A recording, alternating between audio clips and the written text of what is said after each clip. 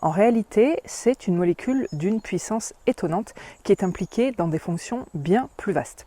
L'immunité, la gestion du stress oxydatif, la régulation hormonale et même la lutte contre le cancer. Croyez-moi, je n'exagère pas. Aujourd'hui, si vous tapez mélatonine et cancer dans PubMed, vous tomberez sur plus de 3700 publications scientifiques. C'est dire si la recherche s'y intéresse sérieusement. Elle pousse les cellules cancéreuses au suicide. On parle d'apoptose. Elle freine leur division.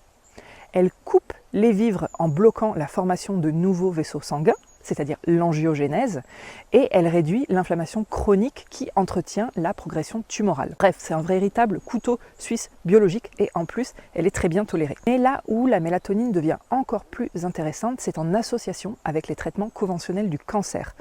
Parce que l'enjeu en oncologie, ce n'est pas seulement de détruire la tumeur, c'est aussi d'aider le patient à supporter les traitements. Plusieurs études que vous retrouvez dans mon article associé sous cette vidéo ont montré que la mélatonine agit comme neuroprotectrice en réduisant les lésions nerveuses et en améliorant la tolérance au traitement. Autre point fort, elle désamorce la chimiorésistance. Donc ce fameux mécanisme de défense des cellules tumorales qui rend les médicaments inefficaces au fil du temps.